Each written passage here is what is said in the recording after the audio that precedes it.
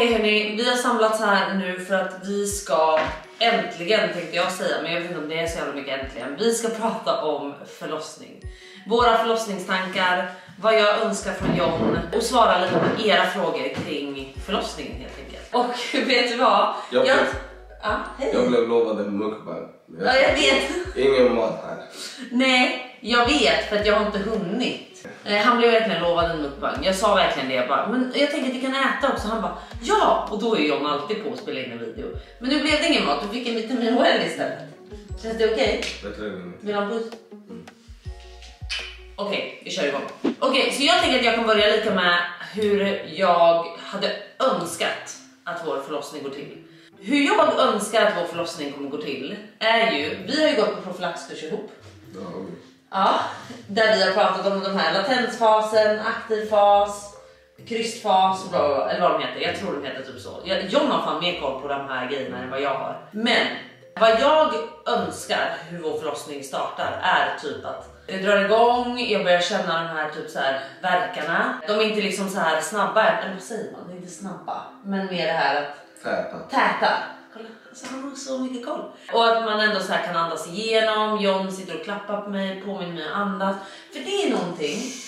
Jag vill inte bara att du påminner mig att andas. Jag måste att du nästan sätter det här och tar mitt ansikte och bara fokusera. Förstår du? Att du är så här, andas och så ska du andas med mig. Förstår du? Så att jag kommer tillbaka till mitt lugn. För att John är den lugna av oss och jag är den hetsiga och stressade människan. Så att jag behöver ju verkligen ditt lugn, älskling. Den kommer. Den är tillgänglig. Hur som helst så önskar jag att det börjar så. Jag kanske kan sätta mig i duschen, för vi har ju ändå en bänk i vår dusch. Knullbänken som vi kallar den. Och den har inte använt så mycket till knull nu, för att det går inte riktigt lika lätt längre. Men då kan jag sitta där, ha varmt vatten och bara så här andas, försöka andas igenom det här så mycket som möjligt. Spa-musik. Och sen när det väl inte går längre, det är då jag önskar att så här, okej, nu kan inte jag stå ut med det här längre, nu åker vi in. För jag önskar verkligen att det är så det blir. För att min mardröm är att jag ska få så mycket panik, att han också ska bli stressad, att vi ska bli stressade, för vi har inte gjort det här innan. Jag vet inte vad man förväntar sig. Och att vi åker in och sen bara, du är inte tillräckligt öppen, du får vända igen. Och det kommer stressa mig. För då kommer det det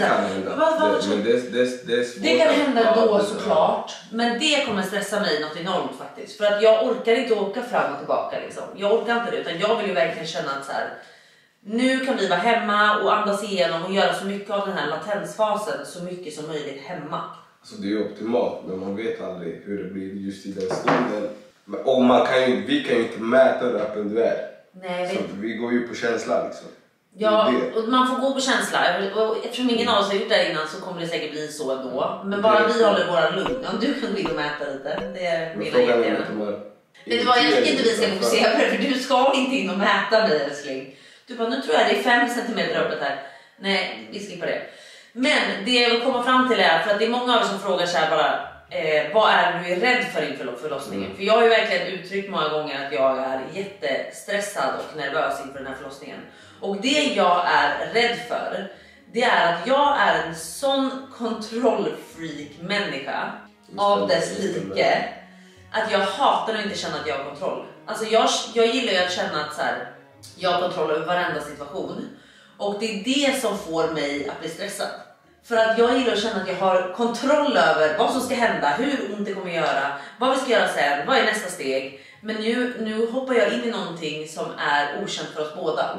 Och det är sådana situationer som stressar sönder mig. Alltså verkligen, det stressar sönder mig. Alltså, så jag är mer bara rädd att jag där i stunden ska få panik och få typ en panikattack och bli stressad och bara säga, ta ut barnet, ta ut det nu. Och det är det jag är rädd för jag hatar att hamna där.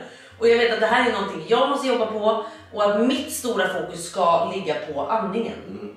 Och det är det jag behöver dig till. Jag behöver verkligen att du finns där som stöd för mig, att påminna mig om andningen. Och det här är varför jag också är så mån om att du ska läsa på. För att i många fall kan jag känna att jag blir stressad över att jag måste påminna dig om att bara, älskling, läs på om det här. För att jag känner att jag måste bara läsa på min del.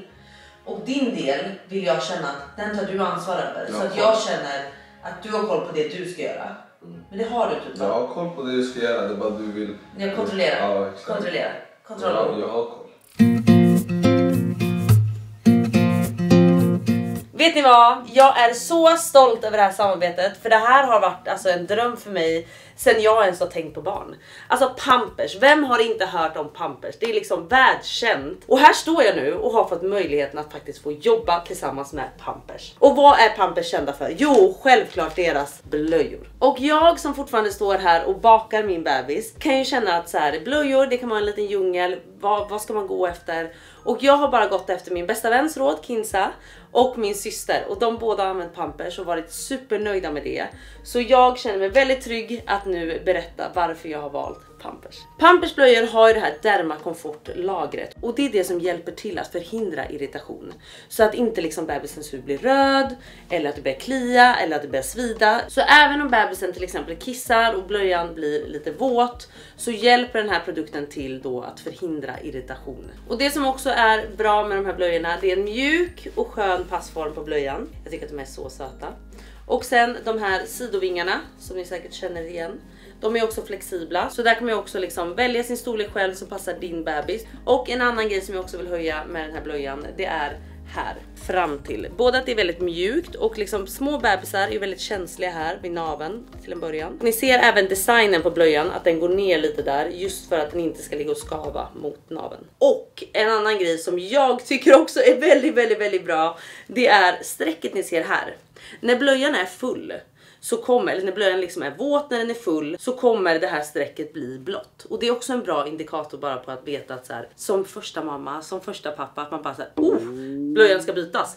Då går vi och gör det. Och sen lär man sig det. För man lär känna sitt barn, man lär känna deras rutiner. Men till en början så är det väldigt smidigt att gå efter i alla fall. Så det är också en väldigt bra grej med just den här blöjan. Sen går vi vidare till Pampers våtservetter. Harmony Aqua våtservetter. Och de här våtservetterna är verkligen anpassade för en nyfödd, känslig bebishud. De här hjälper ju verkligen till att hålla huden ren och återställa pH-balansen, vilket också är viktigt för att inte liksom få en irritation eller en rodnad. De innehåller 99% vatten, 0% plast, 0% alkohol, 0% parfym och inga andra så här färgämnen. Så de är verkligen bara anpassade för att vara snälla mot din bebishud. Men jag vill också visa dem. Och som ni ser, en väldigt enkel förpackning att liksom bara dra ut och ha så här vid skötbordet. Och de är verkligen tillräckligt blöta för att få bort liksom tufft kladd, eller liksom om de är väldigt liksom bajsiga i rumpan eller så jag tror inte nu att de inte, bara för att de inte innehåller allt det här liksom skitet, så går det inte bort, utan de är verkligen tillräckligt våta för att ta bort det tuffaste kladdet. Ja hörni, jag ser verkligen fram emot det här, och det är verkligen skönt att känna att Pampers alltid finns här med produkter som är framtagna för min bebis känsliga hud. Okej då har det. Lovar du att få något trygg. Vad gör du med att få en sån här panikattack då? Håller det i ditt huvud, kom tillbaka. Ja, men hur kommer du andas då?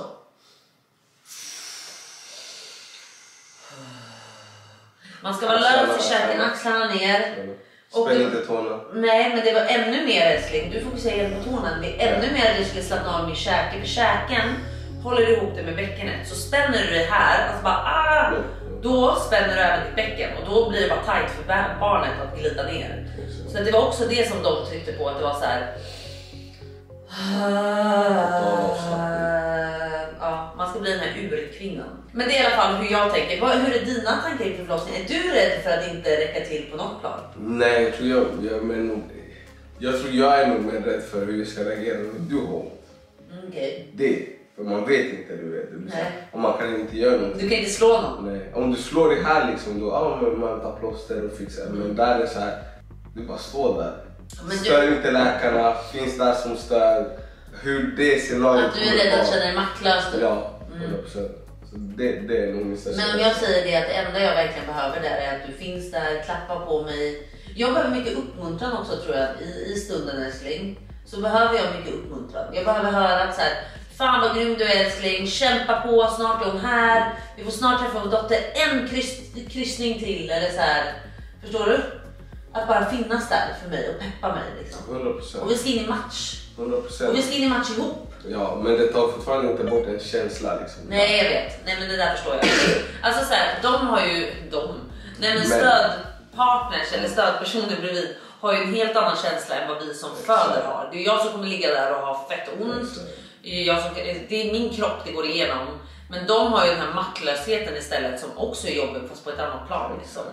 Men det är därför det också är skitbra för stödpersoner att läsa vad de bör göra. Och gå profylaxkurs. Ja, 100% gå profylaxkurs, men även den här boken som jag tipsat om jättemycket. Den här Föda utan rädsla. Den är fantastisk och den är så bra även för er partner att läsa. Just för att så här, den berättar också hur ni kan finnas till stöd, hur ni kan stötta er partner. Så jag skulle säga så här, pusha era partners eller den personen som ska vara med att också läsa. För det är för mig blir det en stress som släpper från mina axlar. Men jag känner att så här, okej, men John har läst sin del. Skönt, då kan jag läsa min del och känna att jag kan släppa den delen. För det hjälper mig i alla fall att kunna bara känna så här, skönt, bra, bam, då kan jag lägga undan det. Och skapa en mantra. Ja. Krysta. In i det sista. Ja, jag är lite så. Men jag är faktiskt mer nervös över verkarna än vad jag är över krystgrejer. Ja, verkarna. Jag har upplevt verkarna. Eller en mildare version. Det gjorde pissont. Alltså. Ja, och jag tror nog att så här, krystgrejerna, det kommer göra pissont. Och det är också så här, men ut ska barnet. Och det är så här, ja, du ska töja ditt hål och sen kommer du säkert spricka en jävla massa. Men det är bara den lilla korta stunden. Verkarna kan ju verkligen hålla på i dygn. Jo, men sen måste man tänka på att kvinnor har gjort det här i århundraden. En kropp, alltså, vet vad den ska göra. Jag vet, och det är det. Alltså, det måste man inte förlita sig på. Det vill jag också att du påminner mig om. Ja, att jag vill att du påminner mig att så här, din kropp vet vad den ska göra. Du ska bara nu fokusera på att gå in i dig själv, andas. Och verkligen bara göra den grejen. För resten, så är det faktiskt, resten sköter din kropp. Exakt. Och det är jävligt skönt att luta sig tillbaka på den känslan. Jag kunde inte liksom. Nej, din kropp har noll aning alltså. Noll aning. Men jag tar er första fråga. Och den första frågan är så här, den är faktiskt riktad till oss båda, älskling. Känns det jobbigt att livet kommer ändras så mycket och oroa sig för en annan livet ut? Jag tror inte det känns jobbigt. Jag tycker... Det skrämmer mig. Nej, jag tror att när du ser att någonting är jobbigt så går du in med en inställning att det ska vara jobbigt. Jag tror man måste gå in med inställningen om att det kommer bli annorlunda och förändras. Ja. Inte men det kommer ju fortfarande... Nej, men det tror jag är en bra positiv inställning att gå in med. Men det är klart att det kommer ändras med tanke på att så här, du och jag kommer inte ha samma tid bakom varandra. Bara att spela in en sån här video måste till exempel vara så här, hon måste ha sovit, nu kanske hon vaknar, så den här videon istället för 20 minuter så tar den här videon 2 timmar att spela in, för jag måste amma emellan och sen, alltså förstår du? 100%, men det är annorlunda. Det är en omställning. Exakt, det är inte jobbigt. Men jag kan faktiskt vara lite orolig över att så här, jag är lite oroad över att så här, gud, livet kommer verkligen vändas upp och ner. Typ, jag är också väldigt spontan av mig och bara så här, hej då, ni sticker och fannar håret, eller du vet, dra med så här ytliga saker. Men så kommer inte jag kunna göra längre, utan nu blir det så här, okej, ska jag föna så måste jag planera det, för då måste jag ta en promenad dit eller ta bussen. Alltså det blir mer komplicerat än vad det har blivit nu, att jag bara sticker lite snabbt och fönar om inte du tar barnet. Alltså, jag tror man kommer fortfarande kunna vara spontan. Ja, och jag tror att du och jag som föräldrar... Det handlar om att... Nej, förlåt. Du bara, nej. Jag tror det handlar om att man måste ha en bra stödsystem. Ja. Ett bra nätverk liksom. Morföräldrar och farföräldrar som är delaktiga, som kan rycka in och göra det spontant. Ja, för att vi ska kunna ha ett rätt liv. Exakt. Ja. Så jag tror det handlar bara om planering med omgivningen. För jag tror också det handlar om att så här, vi måste ju alltid, vi ska unna, för det har vi också sagt väldigt mycket, att så här, vi ska unna varandra att göra saker. Till exempel om, det var till och med jag som sa det till John, bara, John, ska inte du på Lollapalooza?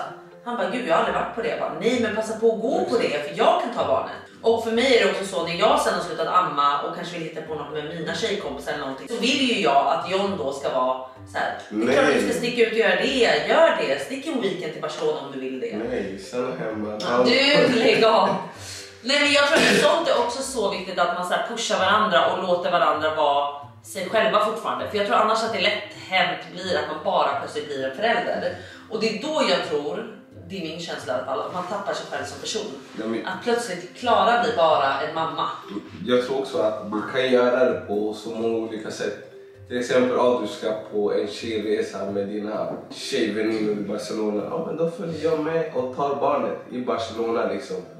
Ja, men så kan man ju absolut göra, eller kan du vara hemma med barnet. Exakt, ja. men jag tänker jag vill inte ha dig i Barcelona. Nej, om man inte vill att du ska vara borta från barnet så länge, du behöver amma fortfarande. Ja, för vi har ju faktiskt en sån situation i augusti. Exakt, redan. Och då blir det att jag åker med, men jag vet jag... Ja, men jag ska berätta vad det är. Det är nämligen så att en av mina bästa kompisar, Ninni, gifter sig. Ja, hon gifter sig och hon ska ha en möhippa. Ibiza. Bland annat. Vad fan var det mer? Det är tillställning. Ja, det är tillställning i Spanien. Och då har ju John varit så här, för där har du varit väldigt pushad och peppande till mig att så här, men det är klart att du ska få åka på det trots att du ammar. Jag kan åka med till Ibiza, sitta på restaurangen fast 30 meter bort. Bara så att du ska kunna vara med och ändå kunna gå emellan och amma om det skulle vara så. Så jag tror bara att man så här, stöttar varandra och tänker att man är ett team. För det är ju vi väldigt noga med att så här, vi är ett team, vi gör det här tillsammans. Det är inget som du eller jag har gjort. Men det är klart att man kan bli lite så här, för jag kan märka av ett beteende som är helt normalt, som jag tror att alla ni känner av som sitter i en relation. Att man så här, och sån är jag också. Så det är inte riktigt på dig älskling. Men till exempel, jag märkte av det senast igår att jag sa till dig. Då var det till exempel att du vet, man diskar undan allt och sen vill man bara make a statement. Och så tog jag inte bort din riskastrull. Men jag tog bort allt annat. Och det där är en skitdålig grej. Och jag säger det, jag erkänner det att jag kan också göra så. Jo men det är det här jag menar, och jag tror att det här är så jävla viktigt när det kommer också till barn. Att det är så här, bara för man är så här, du bytte förra blöjan så nu är det din tur. Så nu vägrar jag byta, och det är så här, vi är ett team. Det finns ingen din tur eller min tur, utan det är så här, vi är ett team. Jag tar undan din riskastrull ibland, du tar undan min. Så jag tror verkligen så här, ska vi ta hand på att vi verkligen är ett team? Inget din tur eller min tur. Kastrullen är kvar så du kan ta undan det. Jag tar undan riskastrullen efter det här. Ja, vi.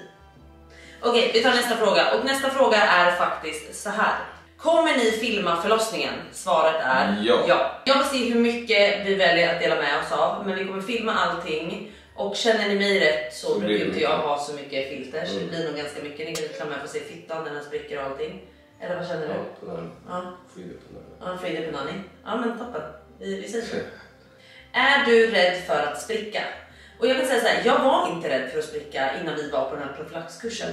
Men efter vi hade den här profylaxkursen och jag förstod att det verkligen går att spricka typ hela vägen ända till Haparanda liksom. Då blev jag rädd för att spricka. Och jag har hört att så här, vissa ställningar kan underlätta att man inte spricker lika lätt. Så jag har ju skrivit på förlossningsbrevet att jag gärna ligger och föder på sidan. Sen får vi se. Jag är öppen också för barnmorskorna. Det är de som är proffs, det är de som kan. Och ja, det är nog bara en önskan från mig. Exakt. Och vi kunde bara med handdukar. Ja, exakt. Man kan verkligen underlätta med handdukar och sånt. Exakt. Alltså, han är så bra. Han är så bra. Och sen kommer nästa fråga. Är du rädd för att bli irriterad på personalen på BB? Ja, men Benny löser det. Ja. Tar ut barnmorskan som inte ska vara där. Hårda tag. Jag kan säga så här, jag vill ha en... Ja, exakt. Säg igen. Jag går nästan igång på det. Ja, precis. Jag fattar. Nej, men alltså för att jag känner nog att jag vill ha en varm människa som är ödmjuk och varm, men ändå som är väldigt tydlig och pekar med hela handen. Om du börjar liksom fråga så här, hur mår du? Ja, du ser väl att jag mår skit. Det är lilla jävla fitta. Så känner jag då. Nej, men snälla. Det är det enda är att så här, var inte mjäkig med mig liksom. Fråga inte hur jag mår, du ser ju att jag mår åt helvete liksom. Säg istället vad jag ska göra, klappa mig på ryggen. Men jag vill som sagt återigen verkligen ha en varm person också. Så inte någon som är så här nonchalant och kall, utan någon som är varm, någon som lyssnar på mig, någon som ser mig, någon som bekräftar att jag har ont. Att bara säga, jag vet att det gör jätteont nu, men kämpa. För att jag tror att det hade varit värsta för mig om typ John eller barnmorskan är så här. Ja, men kämpa nu bara. Man bara, ja, du tror inte att jag gör det eller? Då hade alltså jag hade nog börjat skalla folk älskling. Eller jag skallade dig först och sen de andra. Och sen födde jag på egen hand istället. Fan. Okej, nu ska vi se om det finns en sista fråga. Vad önskar du dig i pushpresent? Och vet ni vad, pushpresent, jag tycker att det är en töntig jävla Stockholmsgrej. Att för mig är det så här. Jag får den bästa och största gåvan i mitt liv och det är mitt barn. Och det är Johns och mitt barn såklart. Så jag känner så här, det här med pushpresenter och man ska så här, kasta pengar på varandra. Det känner jag i alla fall är så här, det är inte min grej. Så att jag vill inte ha en present. Jag får vår present och jag vill bara att han ska vara den bästa pappan till vårt barn. Det är det finaste jag kan få. Men sista frågan innan vi avslutar är faktiskt till dig John. Och då är det så här, är du rädd för att inte känna direkt kärlek eller direkt liksom connection med ditt barn? Nej, jag tror att man måste bara vara realistisk. Det kommer ta ett tag.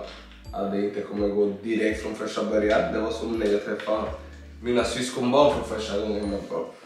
Men dina syskonbarn är inte ditt eget barn. Nej, jo, för jag har fått en anknytning till dem. Jo, men jag tror att du får en helt annan anknytning till ditt eget barn. Ja, det är det jag menar. Ja. Att även om jag inte hade det med dem från början så kom det efter ett tag och nu kommer det vara starkare för det är mitt eget barn.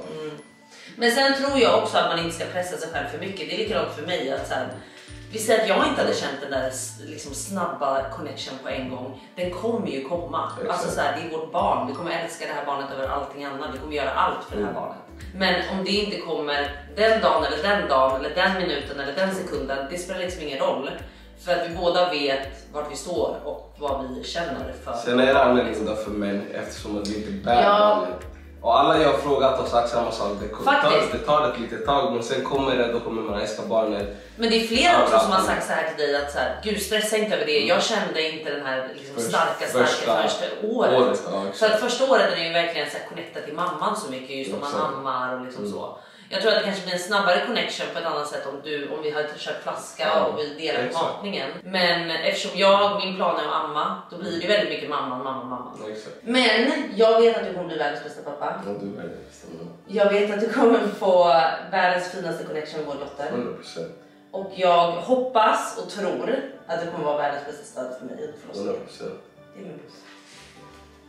Vet ni vad, det var faktiskt allt från oss nu under det här förlossningssnacket. Glöm nu inte som sagt mitt samarbete med Pampers. Det finns ju i beskrivningen här direkt. Så där kan ni läsa om allting. Där. Och kanske vid den här tiden nu så har vi en liten prinsessa med oss i världen här utanför magen. Det får vi helt enkelt se. Men efter den här videon så kommer jag ha en liten paus. Kanske blir på en vecka. För att vi ska vara i vår bebisbubbla, vi ska umgås med vår dotter och bara hitta våra roller som föräldrar. Så. Vi är föräldralediga. Vi är föräldralediga och jag hoppas ni har förståelse för det. Men vet ni vad, sen är jag tillbaka starkare än någonsin med ett barn. Jag är plötsligt mamma och världens finaste pappa vid min sida. Så vet ni vad, vi hörs snart och ses alldeles strax igen.